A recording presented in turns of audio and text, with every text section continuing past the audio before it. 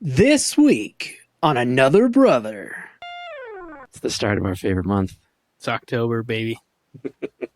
Yeah. Yeah. All right. And then my external hard drive was a piece of crap and died. And now we just don't have it. Yeah, found footage becomes lost footage. So what kept you from just breaking hard I don't know. to get back Jacob over? has integrity, and he made a commitment to himself. He said, I'm passing this truck. In a voice that you don't often hear from like your brother, like the urgency to get out of the cave as quickly as we could. And so we're not knowing what the cause is, what he's thinking, why we need to be getting out. But we all, again, with how narrow the entrance is, we all run out as quickly as we can.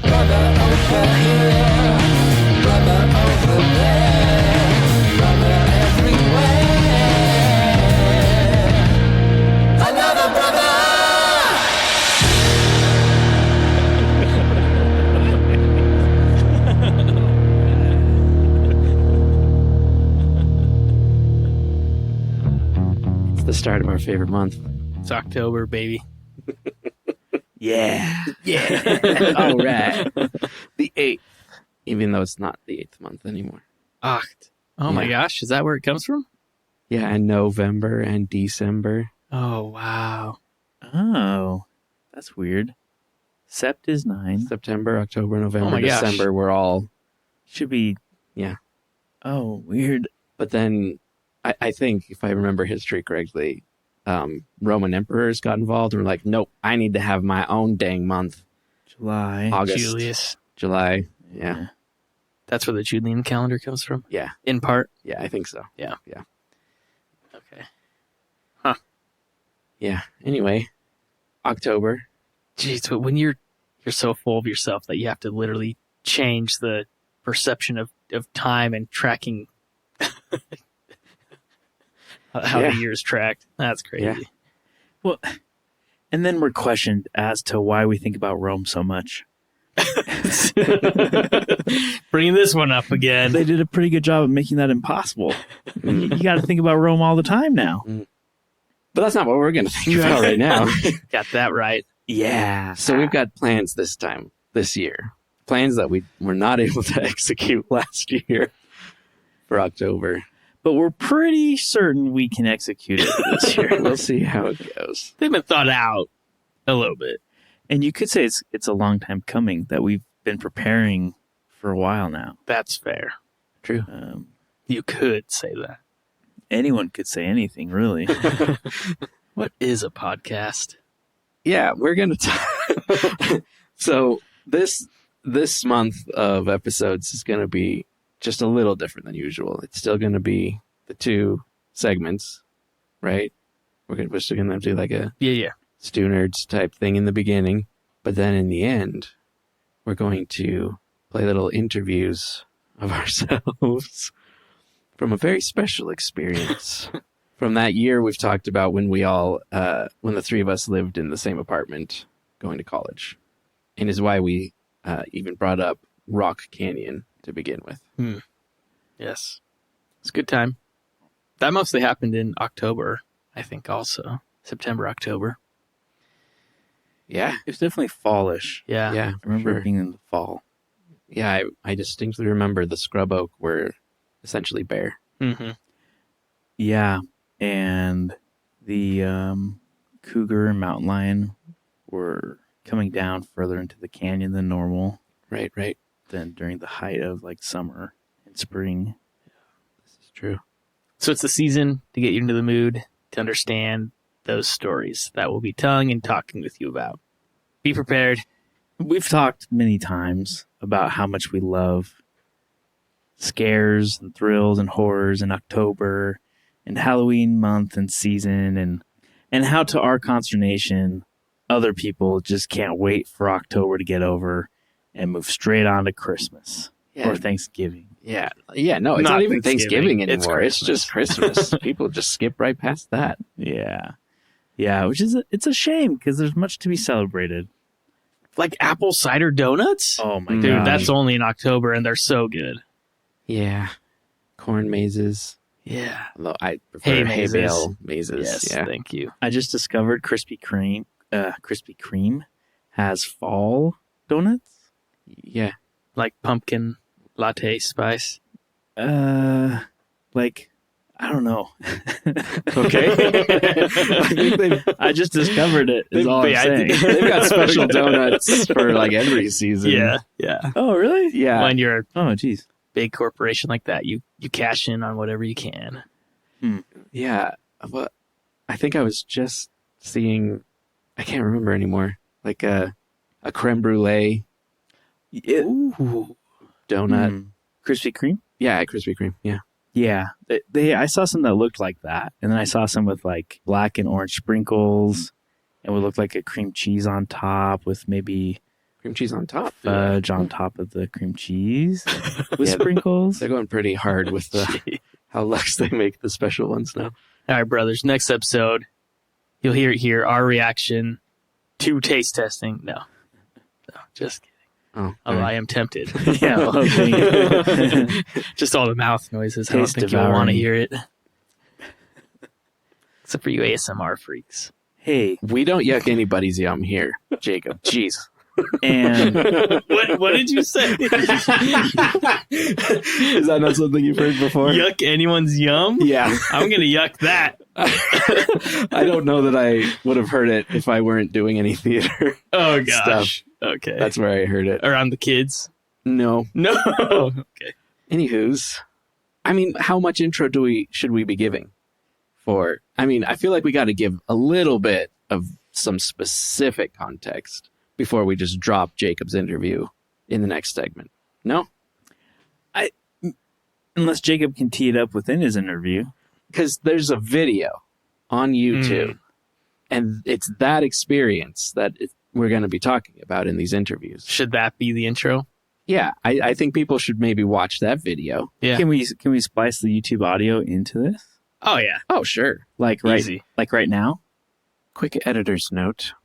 The video we're referencing was mixed poorly with music that we do not have the rights to play in this podcast.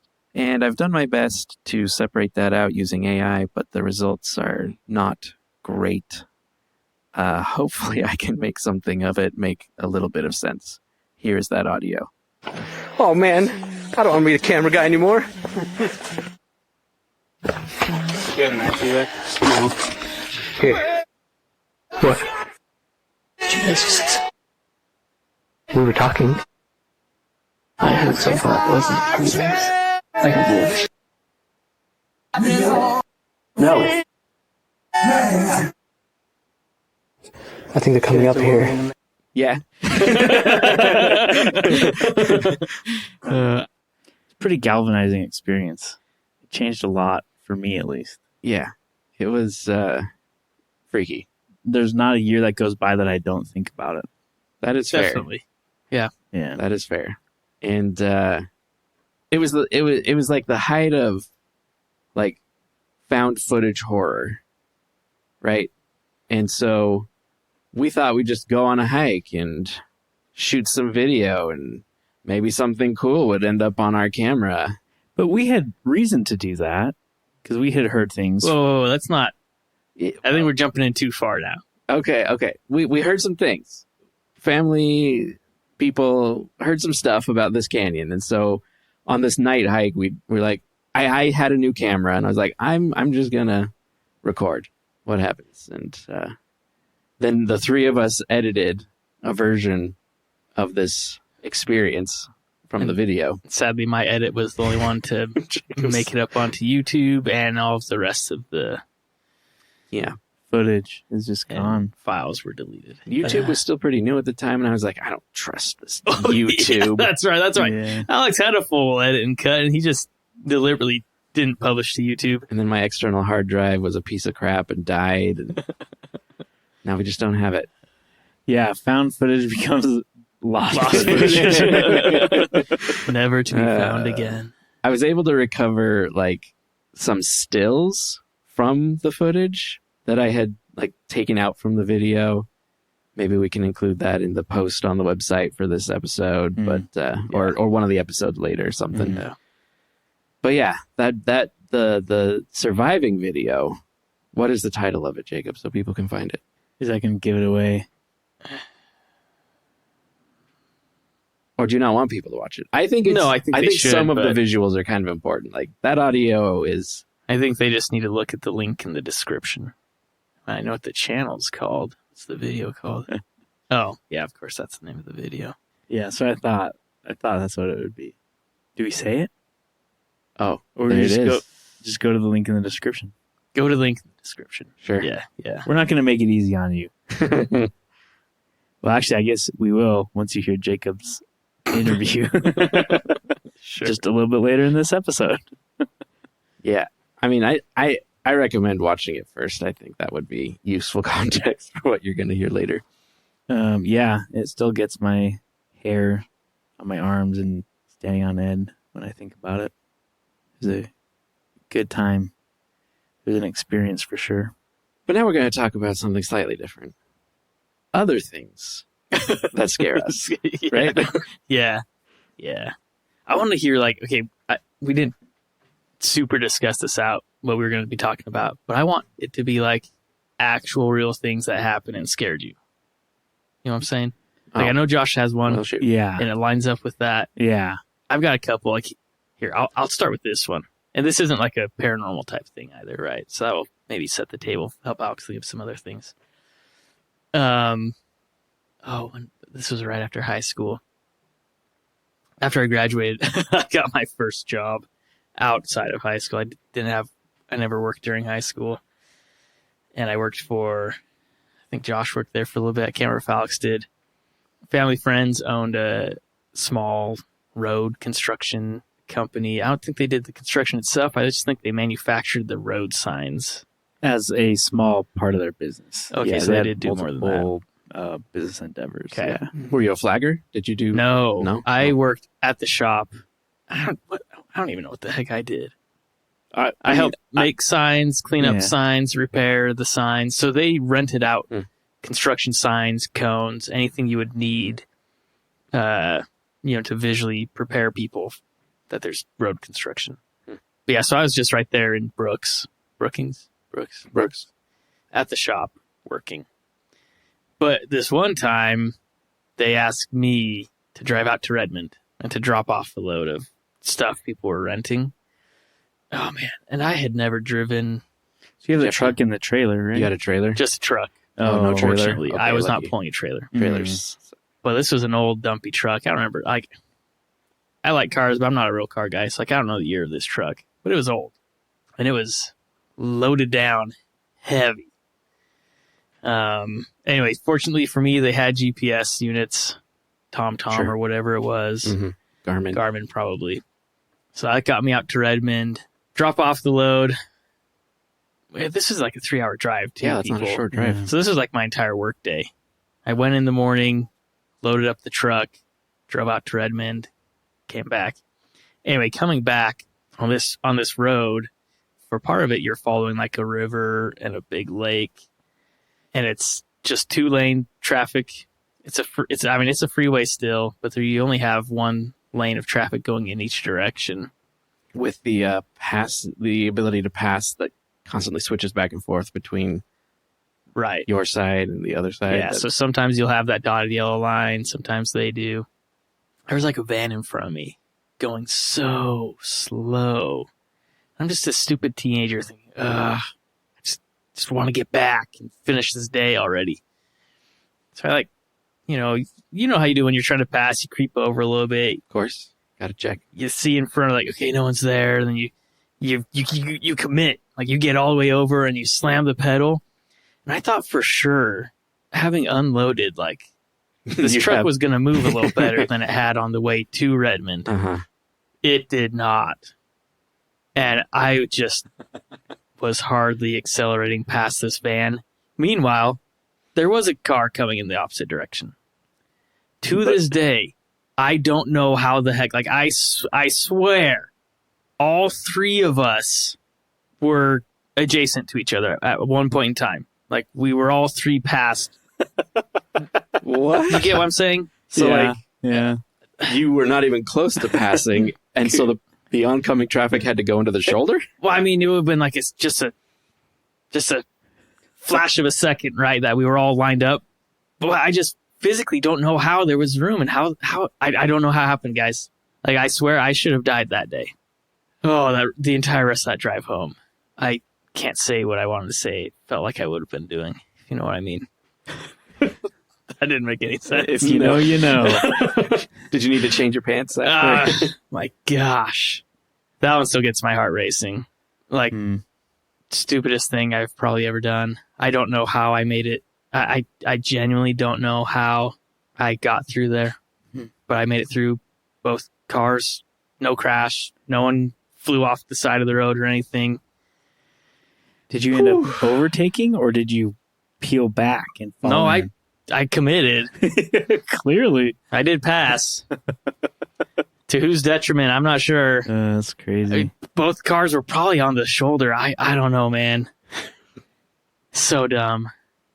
But again, that's probably the single scariest thing I've ever experienced. Because I really thought, like, once I got there, and I'm like, I'm not passing him before this other truck gets to me. I thought I was dead. So what kept you from just braking hard I don't know. to get back Jacob over? has integrity, and he made a commitment to himself. He said, I'm passing this truck or this car. Crazy. So that was scary. Yeah. I think I've had probably similar feelings driving up and down some of these. Like Farmington Canyon, I think, is one of Gosh. them. Mountain roads. Yeah, them. those are terrifying. Yeah. And mostly the thing that makes them terrifying are the other drivers, you know, in the blind corners and that.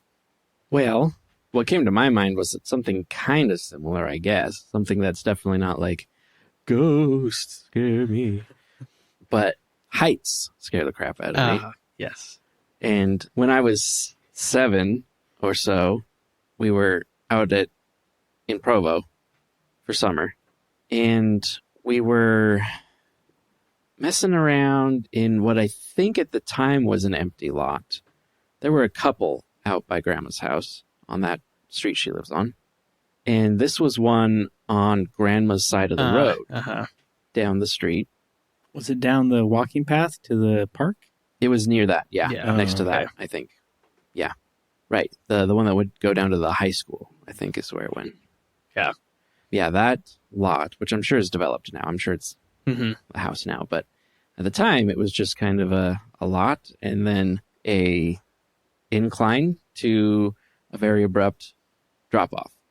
And for some reason, Travis and I were back in the slope. And I start slipping, and I can't stop slipping. And I thought I was going to die. Again, one of these seeming near-death experiences, I guess. I found something to grab onto. I can't remember anymore. Like a shrub or something, a small root. I don't know. And I don't know if this is exaggerated in my head or not. Like, was it really just a complete drop-off and I would have died? Or not? I can't remember. And I don't even remember how I got out of it. I remember somebody went back to the house and got adults to come help. But I don't remember. Oh, so you were maybe like hanging on for dear life? In my head, yes. Yeah. I think it must be, that trail, because I remember being back down there not too long ago. Mm-hmm. And it's like pretty precipitous up there at the top, level with Grandma's house. Right. Yeah, so it's got to be there. Yeah. I think that would have been terrifying. Yeah, it scared the crap out of me. And I don't know if I was afraid of heights before then, but I've definitely been afraid of heights after that. Like, I can't even go to a rock climbing gym with an auto belay and climb up. Wow. So when we went to that iron mine and it was just climbing for like what felt like an hour in the pitch black on that stupid garbage wooden ladder in quotation marks left from the old mining days, like I didn't think I was going to survive. I legitimately thought I was just going to lose grip from all the tingling in my fingers and teeth. Just fall 100 feet to my death. Such a great Halloween, though. Dude, not to mention, like, us climbing up the stairwell That's what I was thinking. Right, that's it. In the canyon. in the canyon and just heading up as far as we could go. Yeah. Yeah, that And, was not easy for me either. ugh. I'm okay with natural heights, kind of like I'm okay with natural water. Like if I'm in open-ended natural water, Mm. or a lake, or a river, But put or him the in ocean. a pool, folks. But once I'm in a pool or I'm up high on a man-made structure, I don't like that. It doesn't make sense. The pool one Yeah. I can't make sense of. A Yeah. man-made structure, yeah, okay, sure. It could fail. It could just break. Like Yeah, I agree with a both. person made it. I don't know. I get it. I don't trust people. And yet you well- jump out of airplanes. Yeah, I With don't a like it, parachute. Oh, okay. and I can't wait until I get to jump because I don't want to be in that dang plane, waiting for it to get to altitude so we can. And then you might be like the third stick, so you're like flying around forever, getting all sick, and like you're like, just let me get off of the plane. I've got another funny one. Josh will appreciate this one. 6th or 7th grade, I was doing a wrestling camp. Practice ended. We're rolling up the mats. These are big. They're like, Gosh, I I don't know where this is going. inch, yeah. 2 inch thick mats, and they're just huge. They're so They're wide, so so heavy. long. You roll them up, and then you don't just move them to the side, but you actually stack them on top of each other. So you got to stack 2 high of, 4, 6 mats. And I'm under this giant rolled up mat. We're all lifting it and moving it over, and I'm under it with my shoulder helping support the weight as we're throwing it up onto the next mat to stack it, and my head gets pinned between. And I mean, these things have to weigh Oh, they're so hundreds heavy. and hundreds, maybe I would say 1,000, maybe 2,000. 600 to Well, 800 pounds a mat. thanks. But Maybe it's down a little bit. Well, it's like three, but it's like 3 mats, 2 or 3 mats per like official mat, ring Rings. size. Yeah. Okay, I don't know. For anyone that understands what that dimension is, it's like 2 or 3 of them make up that whole ring, and so for one of those mats, they're just gosh, Yeah, Horribly hundreds of heavy. pounds, and like the thing's on my head. And again, as well as those moments where just like I'm like, this is it. I guess this is how I go. I can't get out of this. Like my head's and, great. And what? No one saw? Well, again, it's one of those moments where you're like freezing. You don't know what to. well, and So I'm not everyone's like yelling. everyone's straining, and you're like, Yeah, they're all. and you get it up, and you're just like, oh, I'm done. Yeah, but Goodness. I mean, your head was in there, so you just be like, your body hanging out. So I've got my 2 hands The SpongeBob. pushing, trying to get my head out, and I popped it out just in time. But again, I just knew like it was that flash. My life didn't flash before my eyes. It's more of a flash of like, this is it. I'm done. It's probably This the is pressure how I on your go. brain Yeah. causing starbursts in your vision. Those things were so heavy. We would, because our practice room was up on the 2nd floor of our mat Gym. room, which overlooked our main gym. So we had a sling, and so you could sling one mattress at a time on this mechanical winch. And it took forever. So the other mats, you would roll up, put it on your shoulders, and you would walk them down the steep stairs into the main gym, and then plop them down and roll them out. Oh my gosh. And we would do workouts with those. You'd roll them up, put 'em on your shoulders. You'd go up and down the stairs, or up the one staircase, or out, around your gym, then back down the other staircase. Right. Freaking horrible. Jeez. I had moments like that one, just carrying the thing up the stairs, where I'm like, the guy in front and the guy behind me are losing it. I'm losing it. I'm like, we're gonna get crushed on these Yeah. jagged stairs With under this metal. thing. Yeah, And the metal edging. Yeah. Concrete stair with metal edging. Oh yeah. Talk about putting the fear in you to get the job done. Yeah. Ugh, So stressful. deadly. Greg will remember those. Yeah. Well, the story I thought of is a ghost story, and probably the only other actual phenomenal experience I've had. The first being the Slenderman. That was episode 2, season 1. This one, I think I must have been first grade, And I had a friend, which is funny at that age, for me at least, as a non-social person. My friends were the people that mom told me my friends were going to, Okay. this is your friend. I'm like, oh, okay, this is my friend. That's how it felt like, at least in hindsight. Uh-huh. His name was Joseph. And I've tried for like so long to remember where he lived, where this house was. Uh-huh. And my best estimate was it was south down Verta Lane before you get to Salem. But like in those fields, there used to be a lot more fields. So before you get to the Parkway? Right.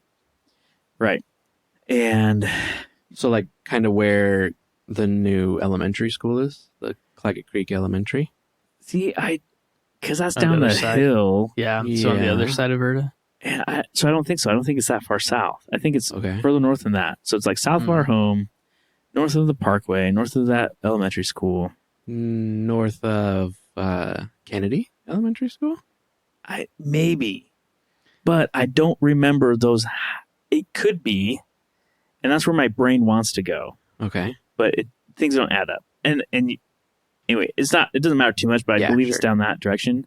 And as I'm describing the scene, you'll understand why it doesn't really make sense. But that's where I think it is. Okay. Jacob's thinking it's that house. It's Yes, not. by that church. Yeah. Ah, Right. Dang it. It's not the witch's house. okay, good.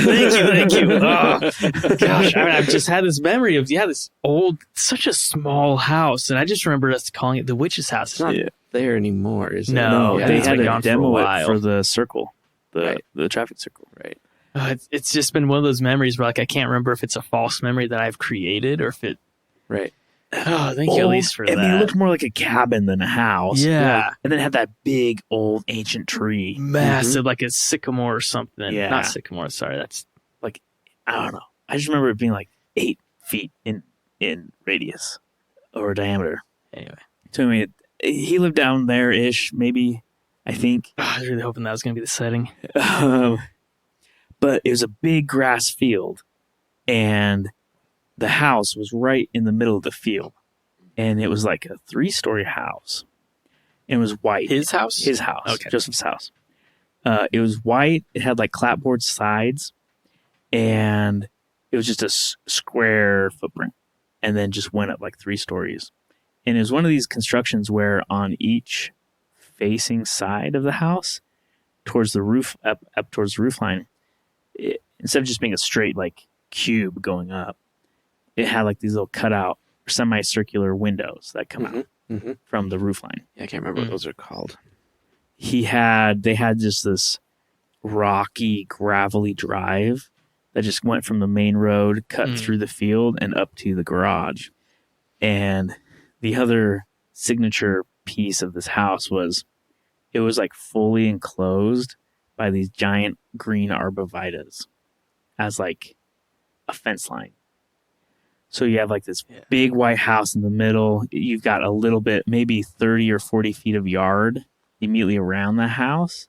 And then these like 20 or 30 foot tall arborvitaes just That is completely sectioning it off. Tall flipping arborvitae. I'm not saying it's not accurate. I'm just saying that's really tall. Fair. I was little. I feel like ours were around 15 foot. Yeah. So it was taller than don't- ours were. I don't think so. I Maybe 15 feet. But I'd say 12. These were taller than that, and Yeah. they were like really well manicured, and they were just thick, kind of like the ones on the south side of the house, more Mhm. like those in Yeah. terms of density.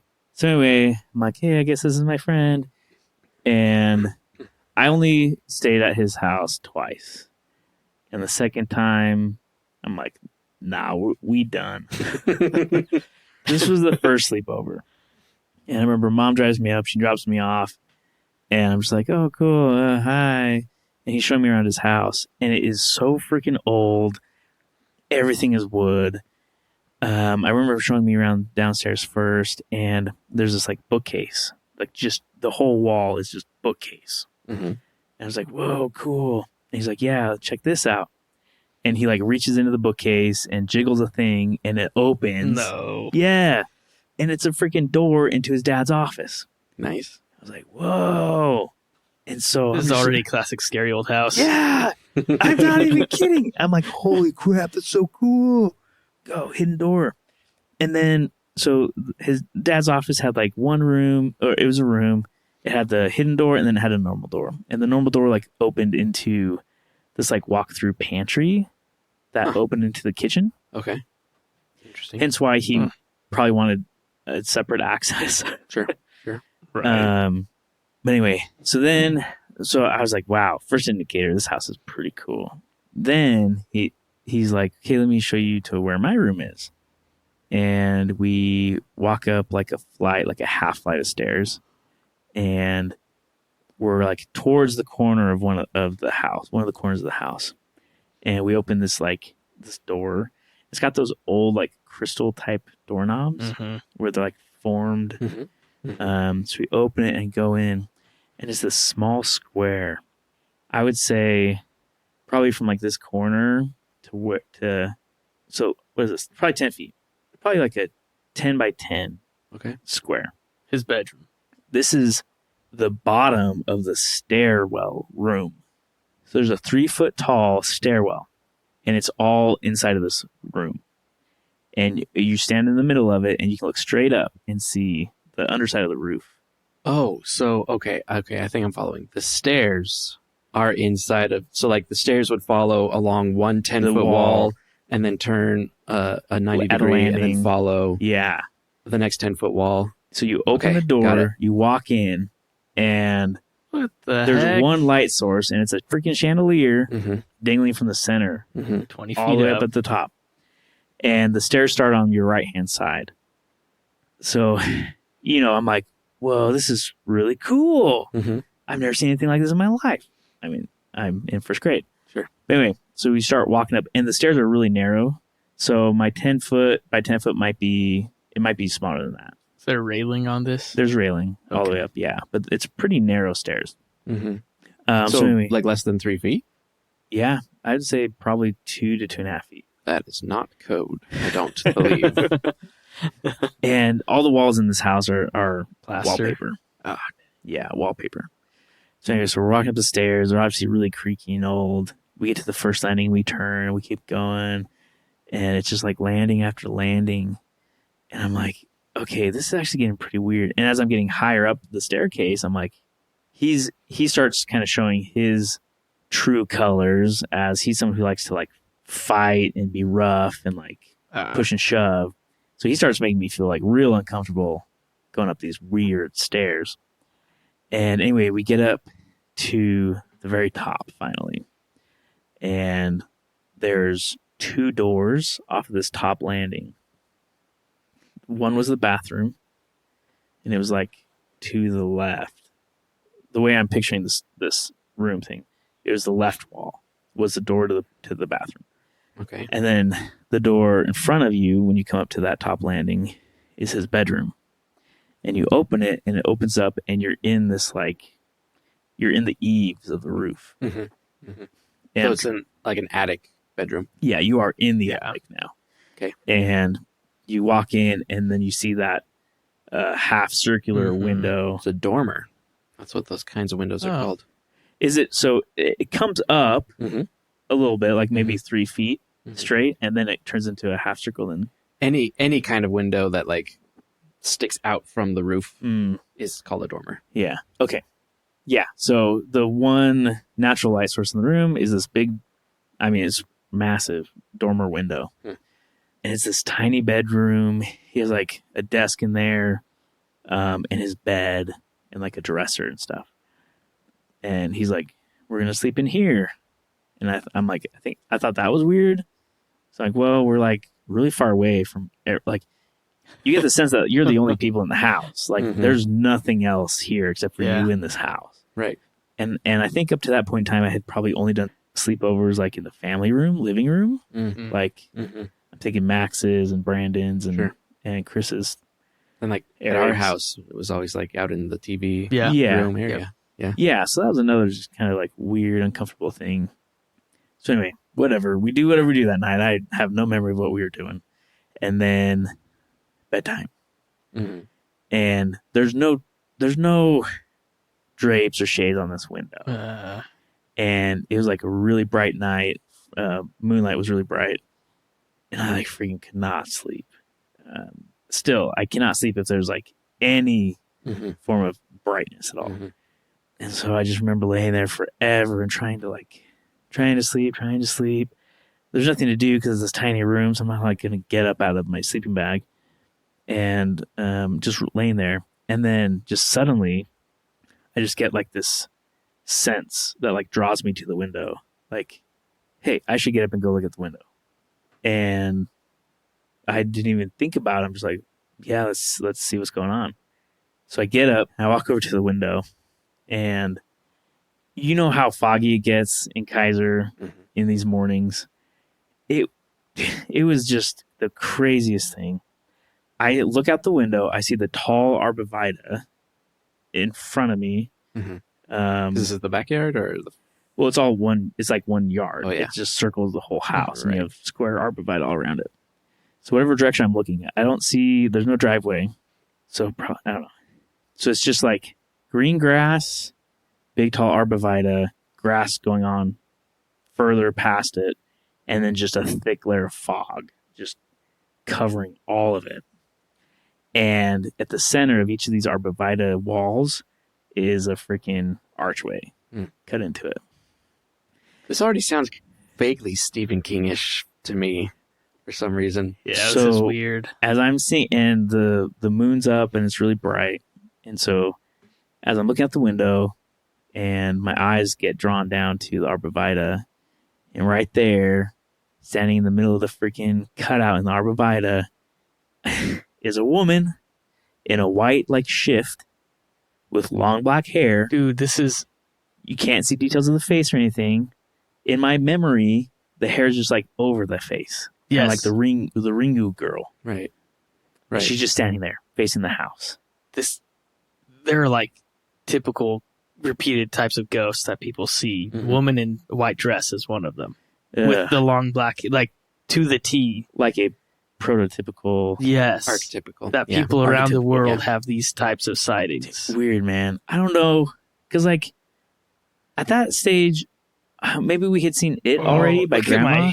Look at my arm. No, I feel it crawling down my chest. Like, it's- Jacob's got serious goosebumps. My Yeah. hackles are raised, dude. I feel it like coming down.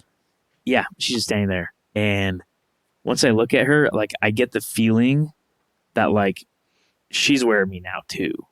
Mhm. And Ugh. I just, like, back up. I'm just like, I back up, go back in my bed or sleeping bag, and I, like, go backwards towards the wall, and I just sit up. I'm back against the wall in my sleeping bag, and I'm up all night. I'm like, I cannot sleep because is this thing coming? Like, because she's looking at the house. I'm like, why did she? Who is this? Is this his mom? Like, what- anyway. So I say wake up all night. Can't sleep at all. Morning comes. I call mom pretty early, and because he's like, hey, let's go do blah, blah, blah. I'm like, no, I'm having a freak out session. I'm like crying and stuff. And it was like, felt really embarrassing, but I was like, I want to get out of here. And so I asked his mom for the phone. I call mom, and she comes and picks me up, and we go home. And I'm just like, Did you talk about it? no, I don't think so. Even to this day. Yeah, I don't think I've mentioned it. So you were crying on the phone? I didn't say Probably. Yeah. why? I just said, I want to go home. I do not want to be here anymore. Okay. Just I just want to go home. Yeah. All right. As a parent, I mean, that happens. Right. That was the first sleepover you said. So you Yeah. went back. Yeah. And then Yeah. you said the second one was like the true nope. Yeah, because he wanted to like punch me and box me and stuff. Okay. And it was like being really belligerent and aggressive. And I was not an aggressive kid when I was young. And This is the that makings of a changed. horror movie, Oh, right? dude. Like it's got everything. I have maybe mom. I was gonna ask mom tonight, and I forgot to. Yeah. She might know exactly where the house That's what I was was because, like, wondering. over all these years, I keep trying to think, like, crap, where was he? Because I would love. Mom usually remembers that stuff. Yeah. You should definitely. I bet she's not even going to remember this kid. Mm. He'll Dang make a it. complete. He might know because he might have even been in Salem though, because we would. Hmm. I remember we would do day trips to the same library with him and his mom. Hmm. Dude, I have no clue. And then they moved. So I no don't appearances at your second stay. Oh, okay. No, Okay. no, thankfully. But I, Dude, That's not how the movie would go. yeah, But yeah. I also stayed away from that window, and I didn't even make it. I didn't even stay over that night. Actually, Oh, okay. I called mom Oh, okay. before Mm. it was like going to bedtime. I was like, never mind, get me out of here. wise. Yeah. Dude. So I don't know. Hmm. I think if I ever have seen a ghost, I think that was it. Although that one does not affect me nearly as much, or has like lingered in my brain nearly as much as that Slender. The Slenderman? Well, Well, you- that's because it chased you. Yeah, you interacted with Slenderman. Yeah. I felt, but this one, it felt like, I don't know. Malicious. Yeah, and I couldn't look directly at her. Uh-huh. I like got close enough with my periphery that I could see the shape, and then I felt like if I actually looked directly at her, that it would be bringing it up to a whole nother level. Mm. So I just like, ugh. So when The Ring came out, you were like, heck no. No to this. Oh, we have got to sometime talk about who was there. Jacob was there. Alex wasn't there. Yes, I was Were you there? watching the movie in When- the room with an old CRT TV. Ugh. Yeah, no, I was there. Ugh. But yeah, so like a lot of those like Japanese movies Mhm. where they have that figure. Yeah. It didn't feel new or like absurd to me. I was Yeah. just like, that feels familiar. Right. I think some creepypasta stuff is an invention, but not all of it. Some of it is like the stuff that lots of people say they've seen. Mm. And that is one of those things. It is. Wild. Yeah, I don't have know how heard about many that one. on the podcast. How many other occurrences I've heard of people seeing woman in a white dress? It's common enough that it was in an episode of Supernatural. They made an Uh, episode of wow. Supernatural about that type of figure. Ooh. Maybe that's my show. I didn't get far into that show. Oh, really? Yeah. okay. I couldn't get. It's CW, so just know that going Oh, into it. yes, you but know. honestly, it's still pretty good. Especially yeah. for that time period of CW, it's Definitely. still pretty good. But eventually, it gets to a point where it's all about a war between heaven and hell. Oh gosh. it gets pretty out there. They pull It gets way out they there. pull Adam and Eve into it as actual figures, and nice. I was out. I mean, after that's that. like I couldn't- seasons in, right? It was like the second season. Really? Wow. I They think bring the it in Eve that soon. episode was in the second season. This I'm like, wow. escalated quickly. I don't like what you're doing with this. I'm out. Oh, is it? Well, yeah. Okay. Well, I'm gonna have to talk to our fight coordinator for Jekyll and Hyde Yes. because he. Oh, yeah. I happened to find out that he used to do ghost hunting. I would love to know more about what he did. How ironic would it be for him to become a ghost? You've been hunting Got it. ghosts all your life, and now you are the ghost.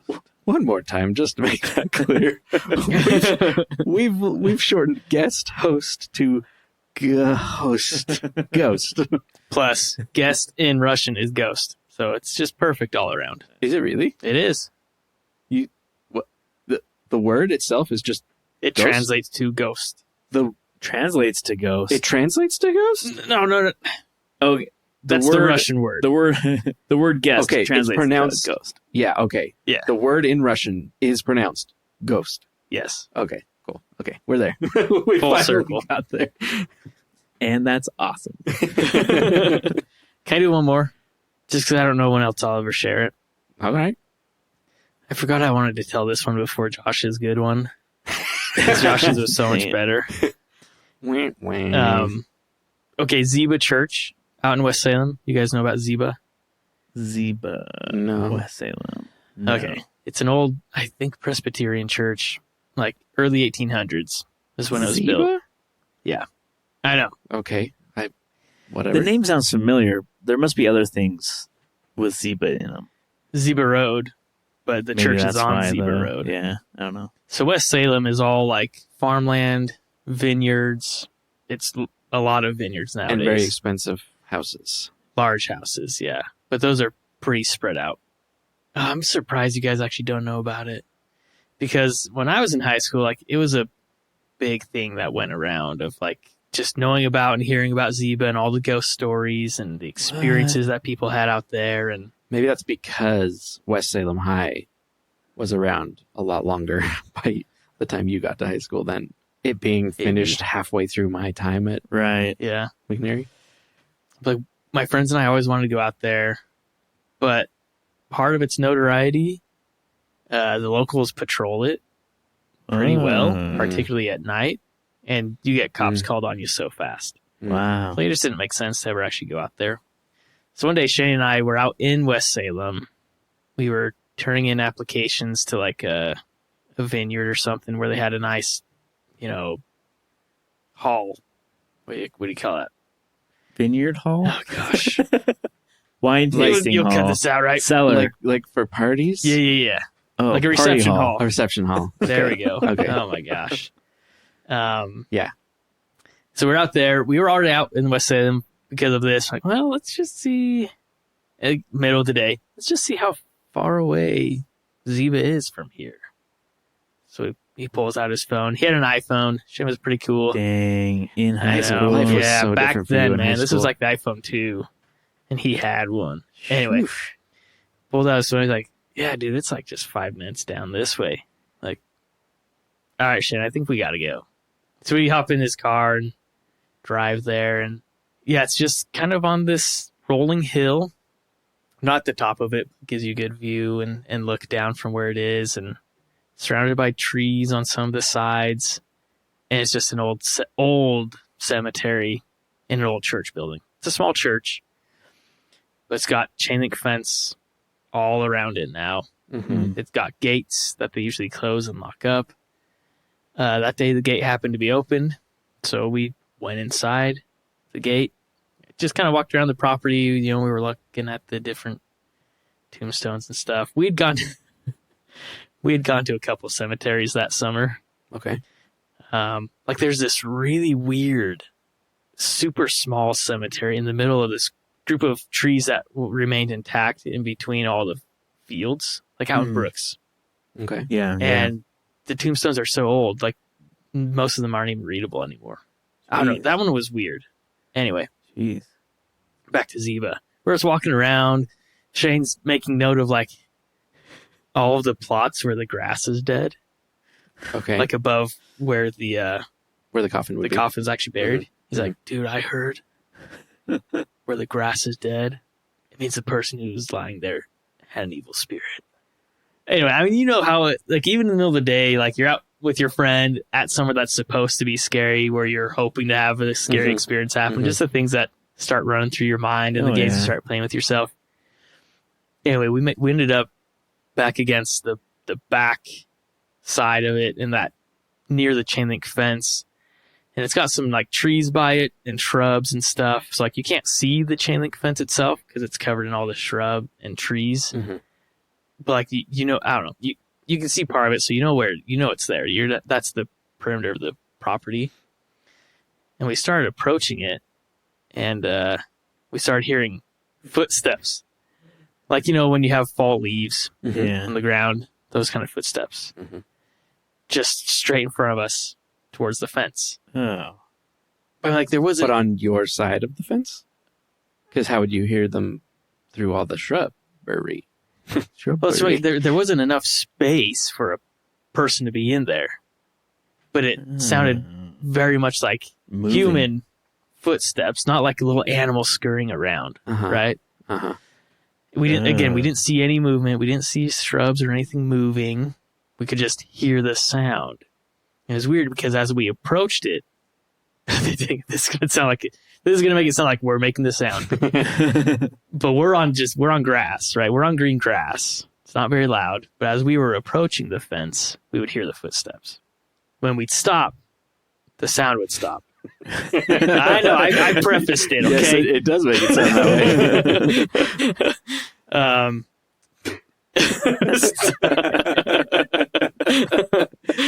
But like it didn't sync up with our footsteps, Okay. Like it was not us. That would be. It was eerie. not us making this sound. Mhm. But it could have been a little bird could have been a squirrel because that's just not what they sound like. It was very like slow, And only when you were walking. only when we were not just walking, but approaching it, which would also be uncharacteristic of an animal. Yeah. If it was an animal, animals often just freeze if you're getting close to them. Yeah. Right? Mhm. They don't want to be noticed. Weird. So it was just weird because it happened like probably 20 feet back is when it started. It's too bad you didn't have a Tesla with you. Check the cemetery for ghosts. See the ghost. In the LiDAR. But then we were such chickens. I don't think we got closer to the fence than 10 feet. Oh. Just because of the sound. Just because of that sound. It just- We just couldn't do it. Just because of all the stories that we've heard and read. Oh, and it gosh, freaked us yeah. out too much. That's- Just that sound. No, that's Mm. creepy, man. And then we walked around, looked through the windows into the church. Ugh. Didn't see anything there. I don't know. That's the closest thing I've had to like a paranormal experience. And that's it. But no, it was not us. creepy. It was not our feet. I promise.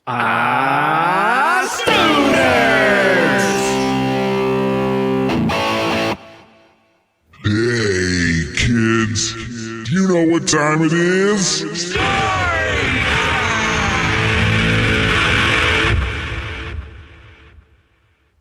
Okay, so we've already queued this up. We've hinted at it in the past and in other episodes that we'll eventually be getting to this story. October, Halloween time is really the only appropriate time for it. It just works. It's probably good I'm going first. I think I have the worst memory out of all of us. So I think I'll have a lot of gaps that the other two will fill in. But with each of our 3 interviews, it'll paint the picture a little more for you brothers. So I'll tell you what I remember.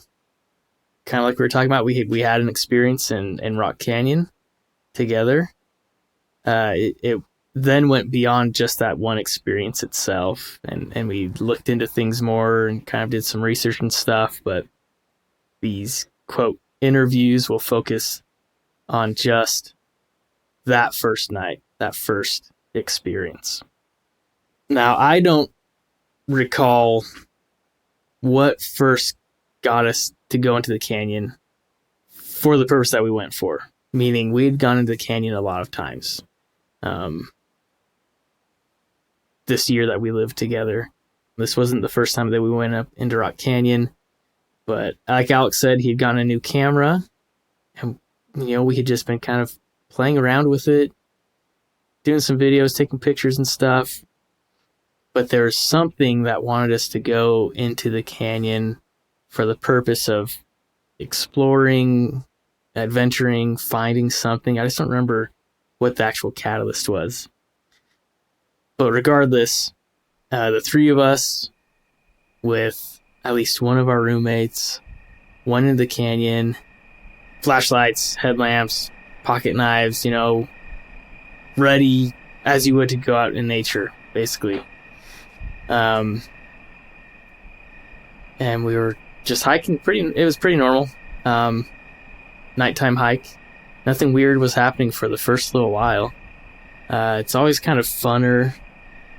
Maybe not funner, but it's fun to see trails and nature places that you're used to in the daytime. It's fun to see them at nighttime also. That kind of changes the experience in itself. It's almost like seeing a different world. So at first, that's just kind of what it felt like. A familiar place, but at the same time different, because we're exploring it under new circumstances now. And of course, being in the dark with just flashlights lighting our way, things kind of play with your head sometimes, especially when you're hoping, expecting to find or to see something. But we're slowly hiking, making our way up the canyon, and Alex has had his camera out. He's been filming, recording stuff, and for some reason, at just one random moment, he decided to look down at the ground. And fortunately for us, he had his camera or his flashlight with him as well at that same time, illuminating whatever he was filming, And so he just looks down straight at the ground, and there's a rock. It's not just sitting on the ground, but the rock is actually, embedded into the trail. It's part of the trail. And on it, it says, "You're close."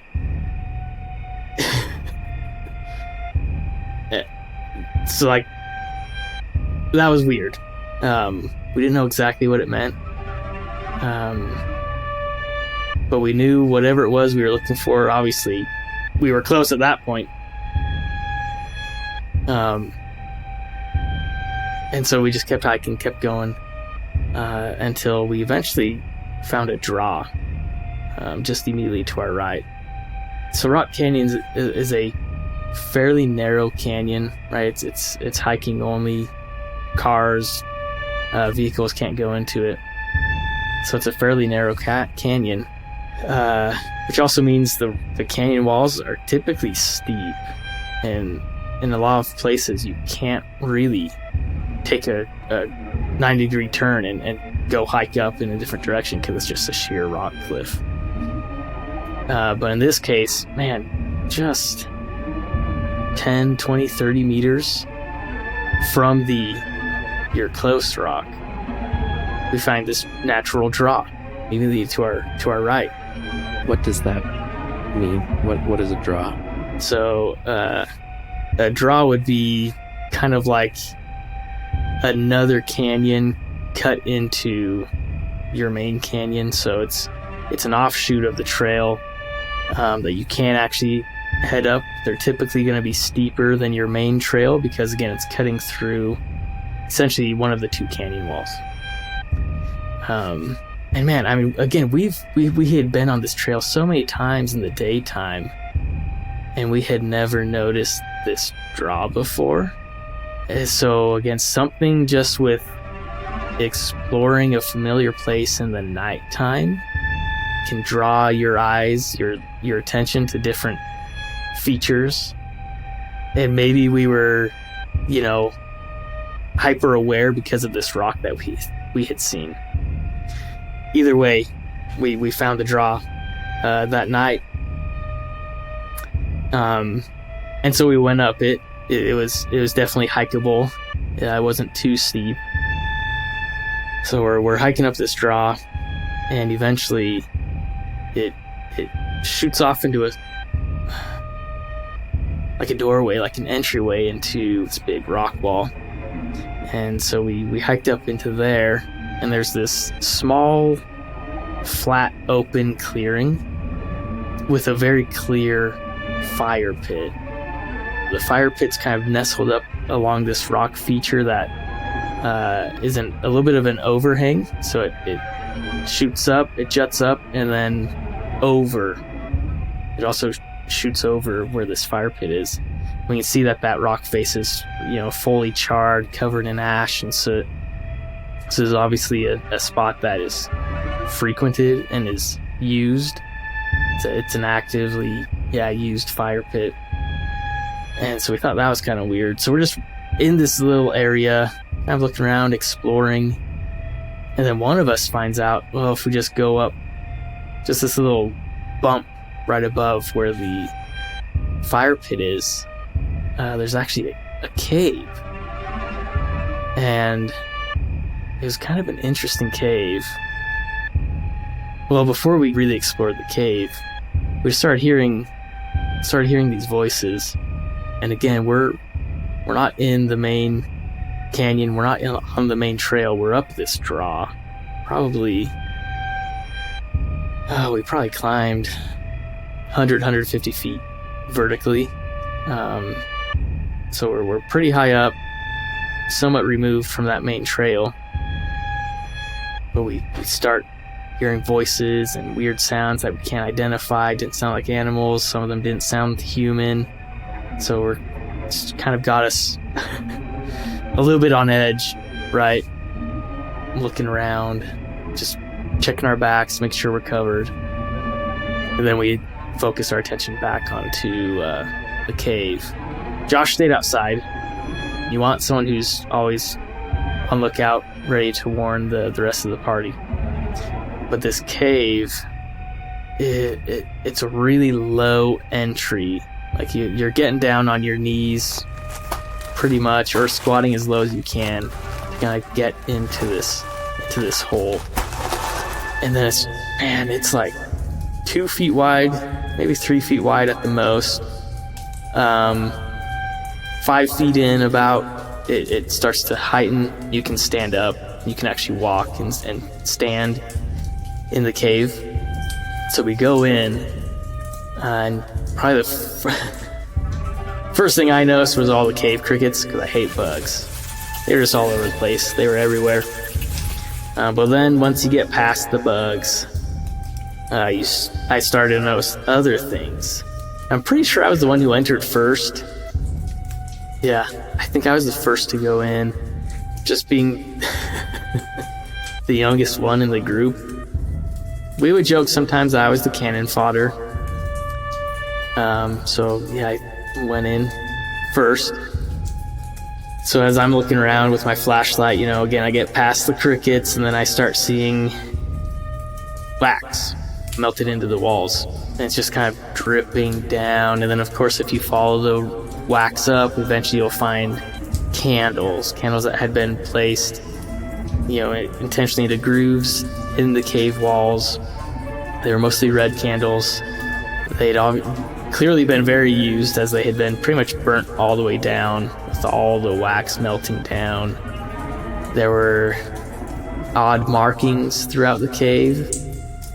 And then what probably felt the weirdest was at pretty much the very back of the cave. This cave was probably, I want to say 30 feet long.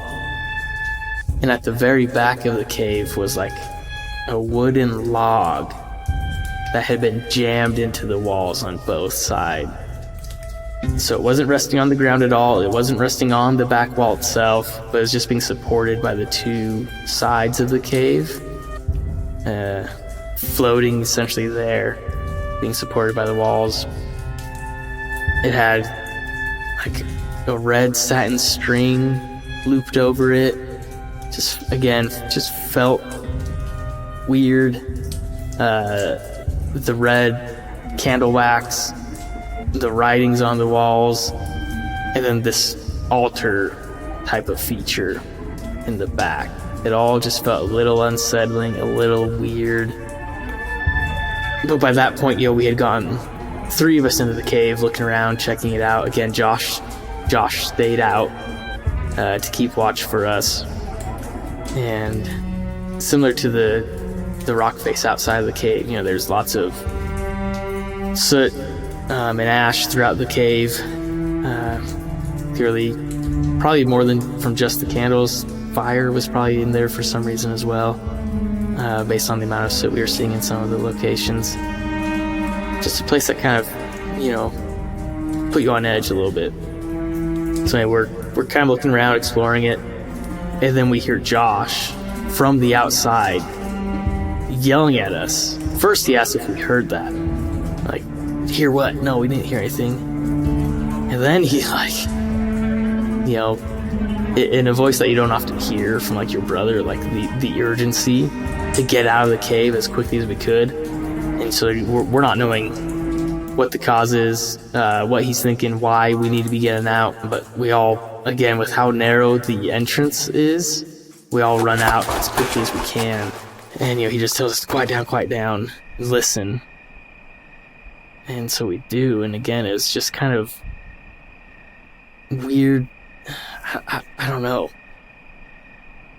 Not animals, certainly, but not like the typical noises or voices you would hear from college students going on a night hike, It's just kind of weird.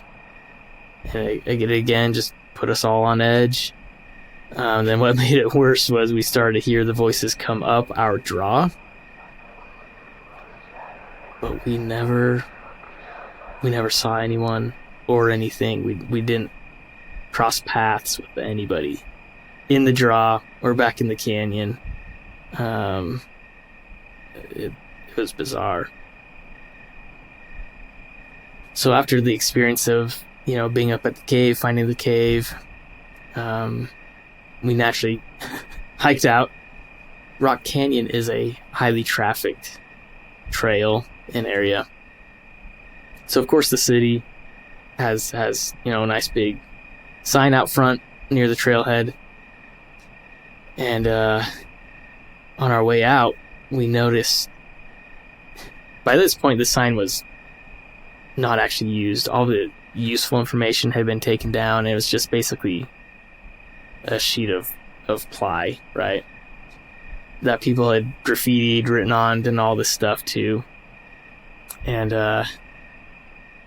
amongst all of the mess and the writing, we found the words river hobo.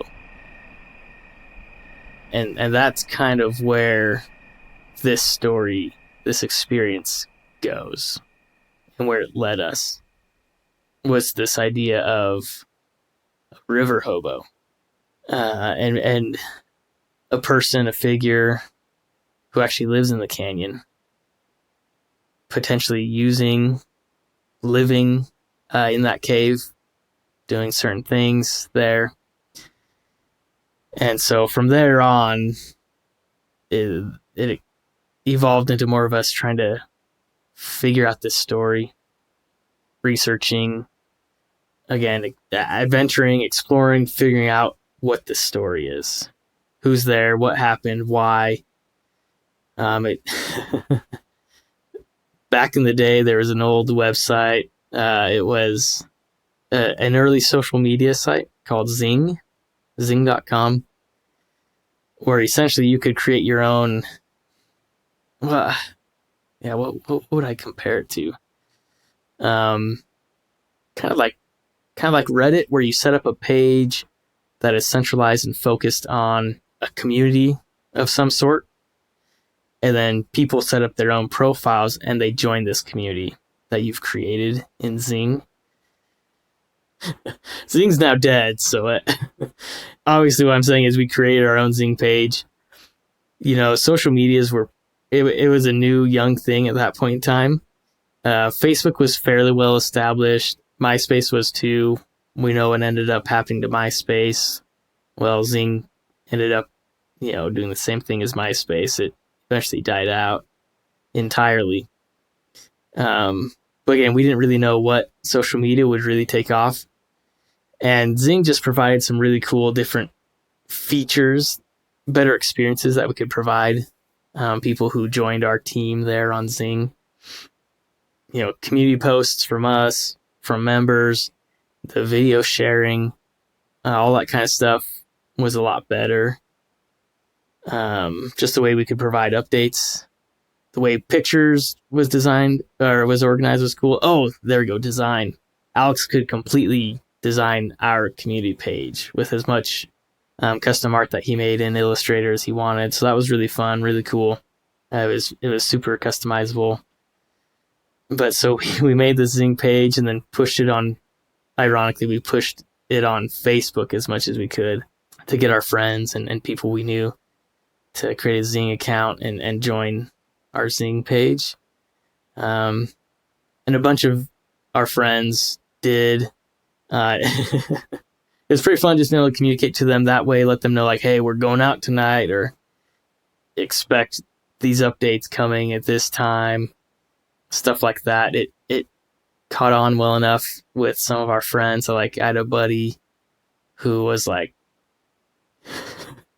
doing more research into stuff than we we posted pictures of the interior of the cave. And so my friend Travis is getting on Google and looking up symbology and finding resemblances to markings that we were finding to other known symbology and trying to decipher things and tell us what things maybe meant.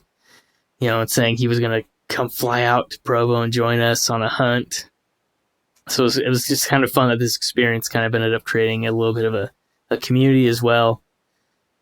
And again, the brotherhood that for the three of us, that it continued to cement, going out there and sharing these kinds of experiences together. It was an experience that we'll probably never forget, that we'll continue telling and talking about, and maybe finding new ways or avenues to share it and show what it was like.